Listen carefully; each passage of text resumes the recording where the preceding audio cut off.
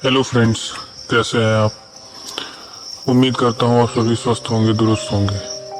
आज मैं आप सभी के लिए एक ऐसी दिल दहला देने वाली घटना की कहानी लेकर आया हूँ जो आपके मन में घर कर जाएगी। एक अंधेरी रात थी और बारिश अपनी छोटी बूंदों के साथ मिट्टी से ताल मिला रही थी।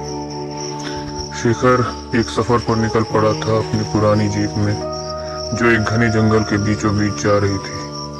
उसकी मंजिल एक गांव था जो लोगों के मुताबिक श्रापित था, लेकिन शेखर को इन अफवाहों में कोई यकीन नहीं था। उससे बस अपने दोस्त राघव को ढूंढना था, जो 2 हफ्ते पहले वहां गया था और तब से लापता था। जंगल के रास्ते जाते जाते एक पत्थर की भयानक मूर्ति सामने आ गई। मूर्ति की आंखें ऐसी लग रही थी जैसे किसी को घूर रही हो, लेकिन शेखर ने इस बात को सिर्फ अपनी कल्पना समझा और आगे बढ़ गया।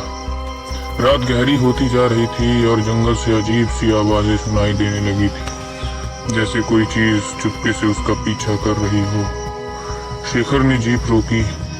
उसका इंजन धुआं देने लगा था। वो अपनी जीप से बाहर निकला और देखा कि एक पतली सी राह जंगल के अंदर जा रही थी। राघव का मोबाइल सिग्नल वहां से आखिरी बार आया था, तो शेखर ने हिम्मत करके उस राह पर चलने का फैसला किया। रास्ता जैसे जैसे आगे बढ़ता, हवाएं तेज होती गई और पेड़ों के पत्ते अजीब सी चीखने मारने वाली आवाज निकाल रहे थे। कुछ दूर जाने पर उसके सामने एक पुरानी हवेली आती, जो बीच में खड़ी थी, जैसे कभी न टूटने वाली कोई पुरानी इमारत।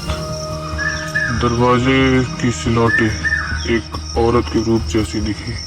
शेखर ने अपने टॉर्च से रोशनी डाली, लेकिन वहां कोई नहीं था। दरवाजा खुलता है और एक ठंडी हवा का झोंका शेखर के चेहरे से टकराता है। अंदर घुसते ही शेखर को ऐसा लगा जैसे हवेली की दीवारें उसे कुछ कह रही। हर जगह पुराने फ्रेम फोटो लटके हुए थे, लेकिन उन फोटोज में लोगों के चेहरे साफ नहीं दिख रहे थे। सिर्फ साया जैसा कुछ दिखाई दे रहा था। अचानक उसे किसी के कदमों की आवाज सुनाई दी। कौन है? शेखर ने चिल्लाकर कहा, लेकिन कोई जवाब नहीं आया। वो अपनी टॉर्च लेकर अगले कमरे की तरफ बढ़ा, जहां एक कुर्सी पर किसी की परछाई दी। राघव, क्या ये तुम हो? शेखर ने संभाल कर पूछा। जैसे ही परछाई हिलती है, एक जोरदार चीख कमरे में गूंजने लगती है और कमरा एकदम से ठंडा पड़ जाता है। शेखर के होठों से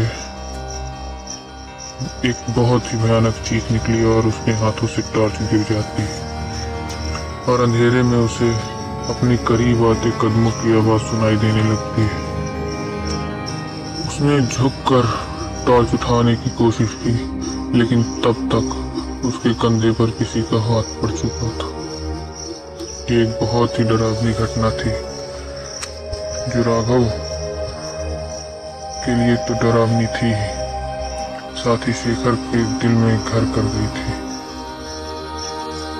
ऐसे ही और इंटरेस्टिंग और दिल दहला देने वाली कहानियों के लिए हमें सब्सक्राइब करें। Thank you.